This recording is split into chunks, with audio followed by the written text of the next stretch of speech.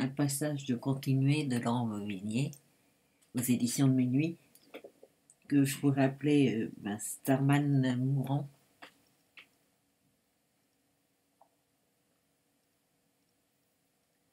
Et tout en pensant à son fils, elle caresse l'encolure de Starman. Il a l'air de souffrir. Elle va chercher sa lourde tête qui est tombée en arrière et elle essaie de la redresser, de la mettre en avant, tournée vers l'encolure, vers elle aussi.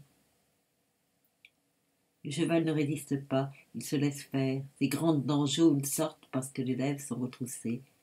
De la bave mouille la main de Sibylle. Il pousse des gémissements horribles. Son haleine pue d'une odeur fétide et son souffle est chaud, puissant.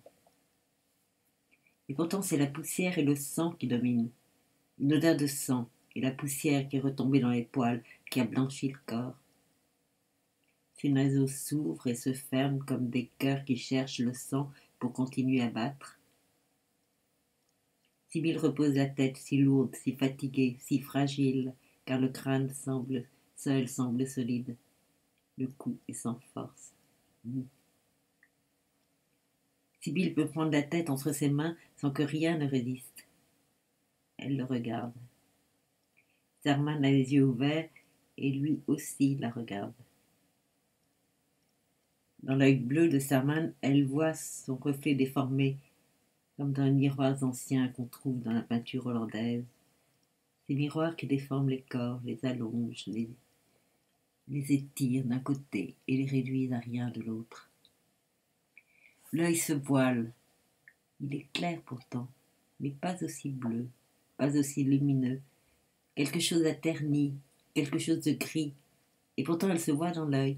Et ce qu'elle voit aussi derrière son image à elle, c'est ce cheval qui lui demande pourquoi il va mourir ici, pourquoi il souffre et ne sent plus ses membres. Elle ne sait pas ce qu'elle pourrait dire.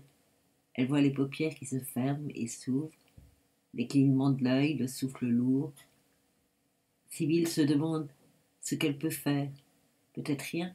Peut-être qu'il faudrait aller chercher de l'aide. Peut-être laisser éclater sa colère, sa peur, crier. Et soudain le visage d'Arnaud la traverse. Pourquoi elle pense à ça? Cette pensée idiote, cynique, qui se retourne contre Arnaud. Quand ce connard aura du temps à perdre, il n'aura qu'à venir voir ce que c'est, si ça lui plaît, et prendre le temps de peindre un cheval mort. Elle ne sait pas quoi faire. Elle ne sait pas, mais soudain elle crève d'envie de pleurer, parce qu'elle ne peut rien pour aider cet animal dont la poitrine se soulève dans de grands mouvements laborieux, comme s'il s'agissait pour lui de bien faire, d'aller jusqu'à la mort avec lenteur et application, douloureusement, au prix de terribles efforts.